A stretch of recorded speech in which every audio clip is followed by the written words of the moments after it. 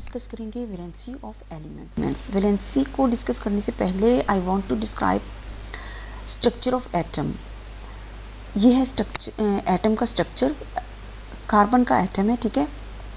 जितने भी एटम्स होते हैं स्ट्रक्चर सबका यही होता है। न्यूक्लियस होता है, शेल्स होते हैं, शेल्स में इलेक्ट्रॉन्स रिवॉल्व करते हैं, ठीक है। डिपेंड्स करता है नंबर ऑफ इलेक्ट्रॉन्स पर। जितने किसी एटम में इलेक्ट्रॉन्स ज़्यादा होंगे वो एटम साइज़ में उतना ही बड़ा होगा, ठीक है। जितने इलेक्ट्रॉन्स कम होंगे साइज़ में एटम उतना ही छोटा होगा। लाइक यहाँ पर हम देख रहे हैं कार्बन का एटम है, ठीक है। इसका जो एटॉमिक नंबर है वो 6 है। मीन कि इसके अंदर 6 इलेक्ट्रॉन्स होते हैं। अच्छा, हम देख लेते हैं इसके सेंटर में आपको ये पॉजिटिव चार्जेस नज़र आ रहे हैं। इसको हम कहते हैं न्यूक्लियस। जो सेंटर पार्ट होता है किसी भी एटम का वो न्यूक्लियस होता है। न्यूक्लियस के अंदर होते हैं protons and neutrons and electrons revolve around the nucleus, जिनको ऑर्बिट कहते हैं, ठीक है। ये जो लाइंस आपको नज़र आ रही हैं सर्कल में, ये लाइंस को इनको हम ऑर्बिट बोलते हैं, ऑर्बिट कहते हैं। और ये इलेक्ट्रॉन्स इन ऑर्बिट में रिवॉल्व करते हैं अराउंड द न्यूक्लियस। अब ये 3 फंडामेंटल पार्टिकल्स होते हैं, electron, protons and neutrons. Electron carry negative charge, proton positive and neutron no charge. Number of electrons always equal to the number of protons. किसी atom में जितने protons होते हैं उतने ही उसमें इलेक्ट्रॉन्स होते हैं। लाइक यहाँ आप देख रहे हैं कार्बन का एटम है, ठीक है। इसमें 6 प्रोटॉन्स हैं। इट्स मीन कि इसके इलेक्ट्रॉन्स भी 6 होंगे। 2 इसके फर्स्ट शेल में, ठीक है, और फिर 4 इसके सेकंड शेल में अकोमोडेट होंगे, ठीक है। ये तो एक एटम का स्ट्रक्चर होता है जिसमें न्यूक्लियस होता है, electrons revolve around the nucleus करते हैं, ठीक है। अब हम देख लेते हैं what is valency. Valency is the capacity of an atom to give, accept or share electrons to achieve the octet state. कि जितने इलेक्ट्रॉन्स आउटर मोस्ट शेल में या वो लूज़ करेगा या वो गेन करेगा या वो शेयर करेगा, ठीक है। इन 3 सूरतों में वैलेंसी किसी भी एटम की बनती है। डिपेंड करता है उसके नंबर ऑफ इलेक्ट्रॉन्स पर, कितने नंबर ऑफ इलेक्ट्रॉन्स वो लूज़ कर रहा है, एक्सेप्ट कर रहा है या शेयर कर रहा है, ठीक है। उस तादाद को हम वैलेंसी कहते हैं। लाइक हम यहाँ देख रहे हैं हमारे पास सोडियम है। सोडियम की जो आउटर मोस्ट शेल को जब हम देखें हम देखते हैं कि सोडियम के पास 11 प्रोटॉन होते हैं। इट्स मीन कि इसके पास 11 ही इलेक्ट्रॉन्स होंगे। अब 11 इलेक्ट्रॉन्स को हम शेल्स में किस तरह अकोमोडेट करते हैं। फर्स्ट शेल में 2 इलेक्ट्रॉन्स, नेक्स्ट शेल में 8 इलेक्ट्रॉन्स और बाकी कितना बचा वो हमने लास्ट शेल में दे दिया, ठीक है। अब 1 इलेक्ट्रॉन है इसके पास। अब ये क्या करेगा, अपना 1 इलेक्ट्रॉन्स किसी दूसरे को देगा, किसी दूसरे एटम को देगा जो इसके करीब तक इसको अप्रोच कर रहा होगा, ठीक है। उसको देकर ये अपना ये जो ऑक्टेट है उसको कंप्लीट कर देगा और अपने लिए स्टेबल हो जाएगा, ठीक है। तो ऐसी सूरत में जब ये इलेक्ट्रॉन किसी को देता है तो इस पर पॉजिटिव चार्ज आ जाता है, ठीक है। तो हम कहते हैं कि वैलेंसी सोडियम की जो है वो +1 है। इन केस ऑफ क्लोरीन के 17 प्रोटॉन्स होते हैं, सो इट हैज़ 17 इलेक्ट्रॉन्स, ठीक है। 17 इलेक्ट्रॉन्स को हम जब अकोमोडेट करते हैं तो फर्स्ट शेल में 2 इलेक्ट्रॉन्स, नेक्स्ट में 8 एंड लास्ट वन में 7 इलेक्ट्रॉन्स आते हैं, ठीक है। जब 7 इलेक्ट्रॉन्स आए इट्स मीन कि इसके पास 1 इलेक्ट्रॉन की कमी है अपना ऑक्टेट कंप्लीट करने के लिए। तो ये क्या करेगा, अपना 1 इलेक्ट्रॉन किसी एटम से लेगा और अपना ऑक्टेट जो है वो कंप्लीट करेगा, ठीक है। तो उस सूरत में जब इलेक्ट्रॉन इसके पास आ रहा है, 1 इलेक्ट्रॉन ये ले रहा है, ठीक है ना, तो 1 इलेक्ट्रॉन एक्सेप्ट कर रहा है। इट्स मीन कि इसके पास कौन सी वैलेंसी आ जाएगी, इसके पास -1 वैलेंसी होगी, ठीक है।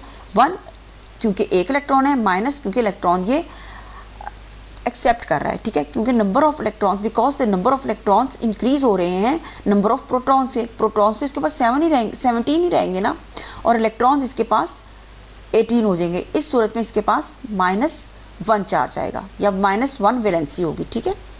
कार्बन के केस में देख लेते हैं। कार्बन के केस में 6 इलेक्ट्रॉन्स हैं टोटल इसके पास होते हैं। 2 इलेक्ट्रॉन्स फर्स्ट शेल में एंड 4 इलेक्ट्रॉन्स हमने लास्ट वन में इसके अकोमोडेट कर दिए। इट्स मीन कि 4 इलेक्ट्रॉन्स या किसी के साथ शेयर कर सकता है या एक्सेप्ट कर सकता है या डोनेट कर सकता है, ठीक है।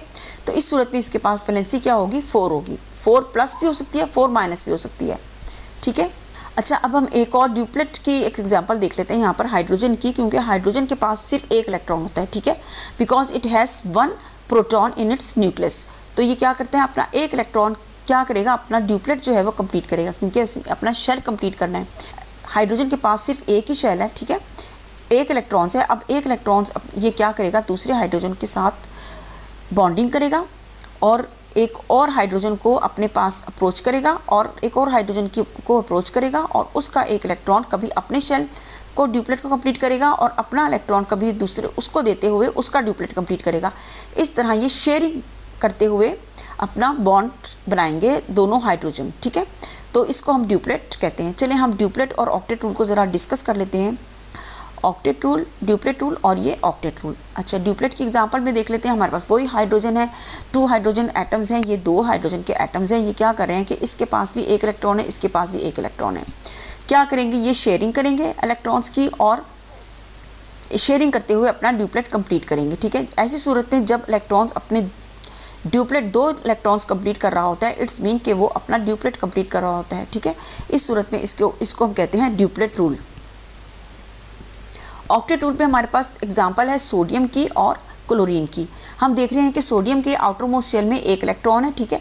ये क्या करेगा, अपना एक इलेक्ट्रॉन क्लोरीन को देगा, ठीक है, और क्लोरीन का ऑक्टेट कंप्लीट होगा, ठीक है। इसके पास कितने इलेक्ट्रॉन्स हो जाएंगे, 8 इलेक्ट्रॉन्स हो जाएंगे इसके आउटर मोस्ट शेल में।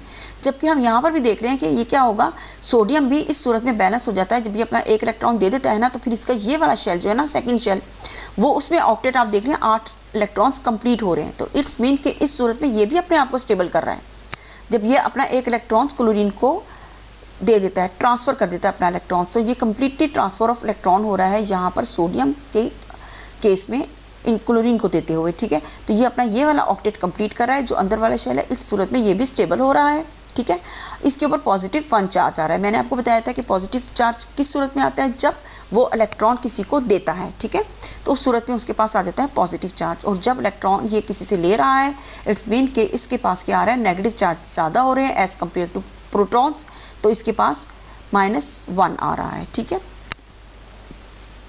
अब हम देख लेते हैं valency and variable valency, valence shells and electrons. इन सबको हम डिस्कस करेंगे। वेरिएबल वैलेंसी को डिस्कस करने के लिए हमारे पास यहाँ पर फेरस का एटॉमिक स्ट्रक्चर है। बाहर वाले शेल में आप देख रहे हैं सिर्फ एक इलेक्ट्रॉन है, ठीक है। ये जो आउटर मोस्ट शेल होता है, जो बाहर वाला शेल होता है, उसको हम वैलेंस शेल कहते हैं। और वैलेंस शेल में जो इलेक्ट्रॉन्स होते हैं उनको हम वैलेंस इलेक्ट्रॉन्स कहते हैं, ठीक है। इसकी मैं अभी आगे भी इसकी आपको वो दूंगी एक्सप्लेनेशन। अभी हम वैलेंसी को देख लेते हैं। Valency is the number of electrons that an atom can lose, gain or share during a chemical reactions. For example iron के 2 और 3 वैलेंसी होती है, ठीक है। किस तरह होती है आयरन की 2 और 3 वैलेंसी, अभी हम देख लेते हैं। इसके पहले वैलेंस शेल को देख लेते हैं। The outermost shell of an atom is known as its valence shell और वैलेंस ऑर्बिट। मैंने आपको बताया था अभी कि जो बाहर वाला शेल होता है, आउटर मोस्ट शेल होता है, जहाँ पर वैलेंस इलेक्ट्रॉन्स रहते हैं, उनको वैलेंस शेल या वैलेंस ऑर्बिट कहते हैं, ठीक है। वैलेंस इलेक्ट्रॉन्स क्या होते हैं, valence electrons are the one which present in the outer most or valence shells of an atom. Valence electrons वो इलेक्ट्रॉन्स होते हैं जो वैलेंस शेल में, वैलेंस ऑर्बिट में रहते हैं, ठीक है। बाहर वाला शेल्स होता है, आउटर मोस्ट शेल होता है, उसको हम वैलेंस शेल कहते हैं, और उसमें जो इलेक्ट्रॉन्स होते हैं उनको हम वैलेंस इलेक्ट्रॉन कहते हैं। यहाँ हमारे पास वेरिएबल वैलेंसी की डेफिनेशन है।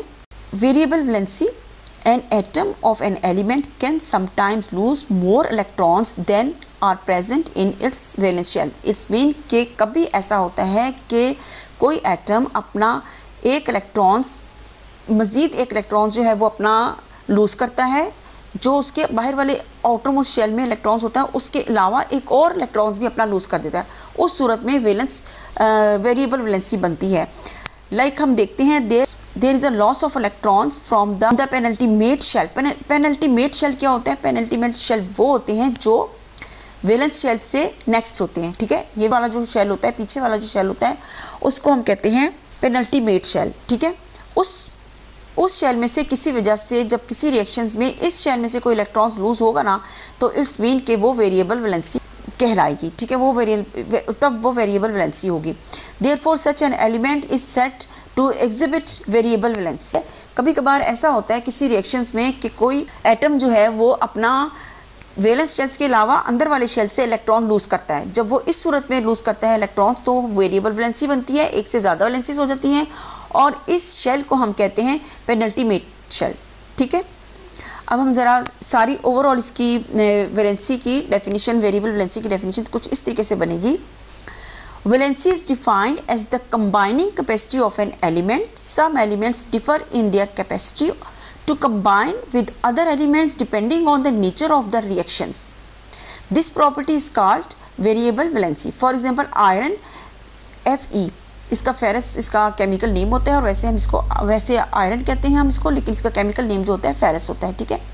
इसके सिंबल है Fe, can have a valency of both 2 and 3। ठीक है स्टूडेंट्स, तो आज हमने वैलेंसी डिस्कस की। Thanks for watching.